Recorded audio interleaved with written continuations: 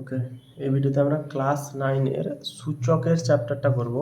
সূচকের চ্যাপ্টার এর আগের প্রত্যেকটা অঙ্ক করানো হয়েছে, পার্টে পার্টে এসেছে। প্রত্যেকটা অঙ্ক হয়েছে 1-এর দাগ থেকে 2-এর দাগ। এটা 17 দাগের অঙ্ক চলবে। আজকে 17 দাগের অঙ্ক লাস্ট পার্টে করে নিব, নেক্সট চ্যাপ্টারে লেখচিত্র শুরু করে দেব। তো 17 দাগের 1-এর অঙ্কটা কি বলেছে? 17 দাগের 1-এর অঙ্কটা বলেছে 27 পাওয়ারে এক্স সমান 81 পাওয়ারে ওয়াই হলে এক্স ইস টু ওয়াই কত? এক্স ইস টু প্লাস না ইস টু ওয়াই, এটা কত বের করতে বলেছে। তো এই অঙ্কটাকে কীভাবে করবো? এই অঙ্কটাকে 27 এবং 81 দুটোকে ভেঙে নিলে পাবো আমরা 27 হচ্ছে 3-এর কিউ, তাহলে 3-এর কিউ পাওয়ারে এক্স সমান 81 হচ্ছে 3 টু দি পাওয়ার 4। 3-এর পাওয়ারে যখন 4 থাকবে তখন 81 হচ্ছে, তো বেসগুলোকে একই হচ্ছে, তাহলে 3 টু দি পাওয়ার 3x গুণ হয়ে যায়, তাহলে 3 টু দি পাওয়ার 4y। বা যেহেতু বেস একই, পাওয়ারগুলো আলাদা, তাহলে পাওয়ারগুলো নিশ্চয়ই সমান হবে, এরকম অঙ্ক করেছি আমরা। বা এক্স ইস টু ওয়াই চেয়েছে, তাহলে এক্স বাই ওয়াই সমান ওয়াইয়ের সাথে 4 গুণ ছিল, এক্সের সাথে 3 গুণ ছিল, কোনাগুনি গুণ করে এটা আসবে এক্স ইস টু ওয়াই সমান 4:3। আগের দাগের অ্যান্সার। 2-এর দাগের কী বলেছে? 5 to the power 5 plus 0.01 whole to the power 2 মানে square minus 5 to the power 5 minus 0.01 square, এটা সমান কত চেয়েছে।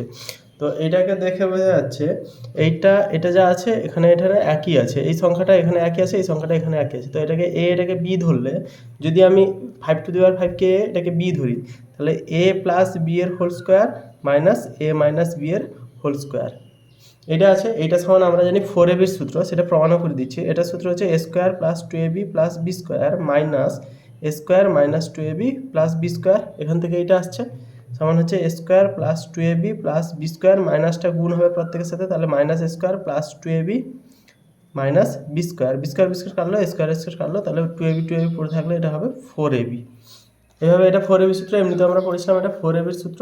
তাহলে এখানে 4ab, এটাকে যদি a ধরি 5 টু দি পাওয়ার 5কে এবং 0.01কে b ধরলে, তাহলে এটা হচ্ছে 4 ইন্টু a হচ্ছে 5 টু দি পাওয়ার 5, 0.01 হচ্ছে b, এটা সমান 4ab লিখতে পারি সূত্র অনুযায়ী। 4 ইন্টু 5 টু দি পাওয়ার 5কে 5 ইন্টু 5 ইন্টু 5-এর কিউব করছি।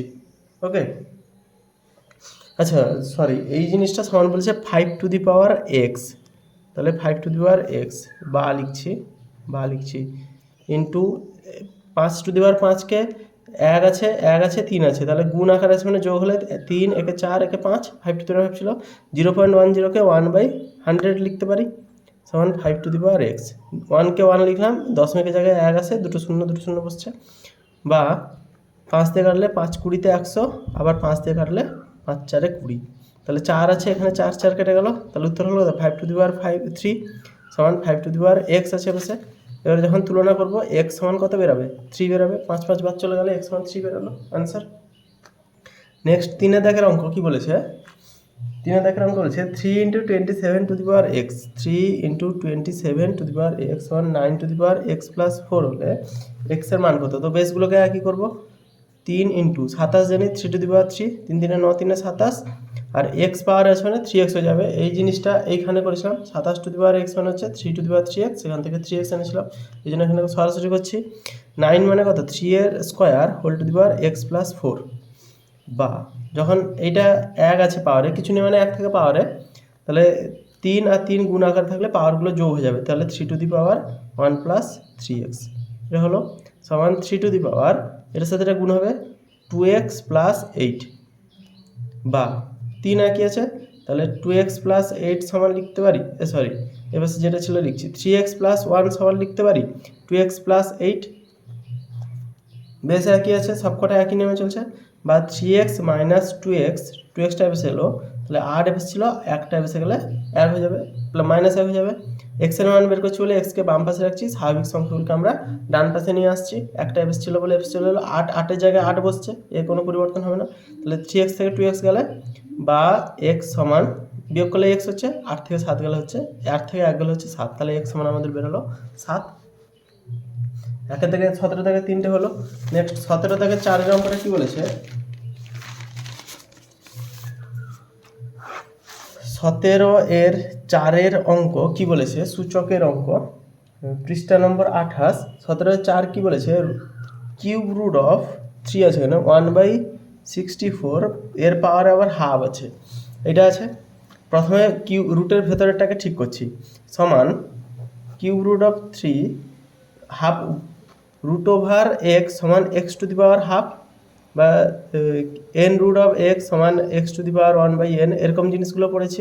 তাহলে হাফ আছে মানে রুট হয়ে যাবে, তাহলে রুটটা কার কাছে যাবে, রুট ওভার 1-এর কাছেও যাবে, রুট ওভার 64-র কাছেও যাবে। এটা হাফ আছে মানে কিউবটাকে বাদ দিচ্ছি, কিউবকে কোনো পরিবর্তন করছি না আমরা। হাফ আছে মানে হাফটা 1-এর পাওয়ারটা উপরেও যায়, হরের কাছেও যায়, লবের কাছেও যাবে, হরের কাছে যাবে। যদি হরের কাছে যায়, হাফ মানে আমরা রুট বলি, তো 1-এর রুট হচ্ছে রুট 1, 64 জায়গায় রুট 64 লিখেছি। কিউব রুট অফ 1-এর তো 1, 64 রুট হচ্ছে 8।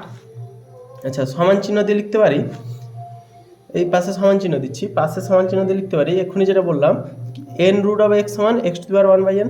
সেম এখানেও হবে, এখানে সরাসরি না এখানে করে দিচ্ছি, cube root of 1 cube root of 8, cube root সবার কাছে যেতে পারে। তাহলে 1-এর কিউব রুট 1, 2-এর হচ্ছে 8-এর হচ্ছে 2, 2 দুনে 4 দুনে 2-এর কিউব যেহেতু 8, 8-এর কিউব রুট হচ্ছে 2, তাহলে অ্যান্সার হচ্ছে 1-এর 2। নেক্সট 5-এ দেখে কি বলেছে, 3 টু দি পাওয়ার 3 তার টু দি পাওয়ার 3, আর একটা দিয়েছে 3 to the power 3 whole to the power 3, এদের মধ্যে কোনটি বৃহত্তর, বড় কোনটি আছে, আচ্ছা, সমান বেস 3 তার মাথায় হচ্ছে 3, এই 3-এর মাথায় আবার 3, তাহলে এই 3টাকে লিখছি, 3 লিখলাম, এর মাথায় আছে কত, এটা লিখেছি, 3-এর কিউব আছে, 3-এর কিউব মানে কত আমরা জানি, 3 3 9 3 27, তাহলে এইটা সমান 3 টু দি পাওয়ার 27 লিখতে পারি পাওয়ারটা। আচ্ছা, এটা সমান হচ্ছে 3, এই পাওয়ারগুলো কী হয়ে যায়, গুণ হয়ে যায়, তাহলে 3 3 9 বেরাবে, পাওয়ার গুণ হয়ে যায়, x to the power n whole to the power m সমান হচ্ছে x to the power n m, এরকম এরকম গুণ হয় এই সূত্র অনুযায়ী। তাহলে এটা হচ্ছে 9 হয়ে যাবে, এটা হচ্ছে 27, তাহলে 3 to the power 27, 3 to the পাওয়ার 9, বড় কোনটা, অবশ্যই এটা বড়, তাহলে 3 to the power 3 whole to the power 3, 3 to the power 3 এর কিউব, আচ্ছা 3 কিউব তার কিউব, আর 3 to the power 3 whole to the power 3, এদের মধ্যে বড় হচ্ছে এটা। আচ্ছা, দেখে কমপ্লিট হলো। নেক্সট ভিডিওতে আমরা লেখচিত্র শুরু করছি।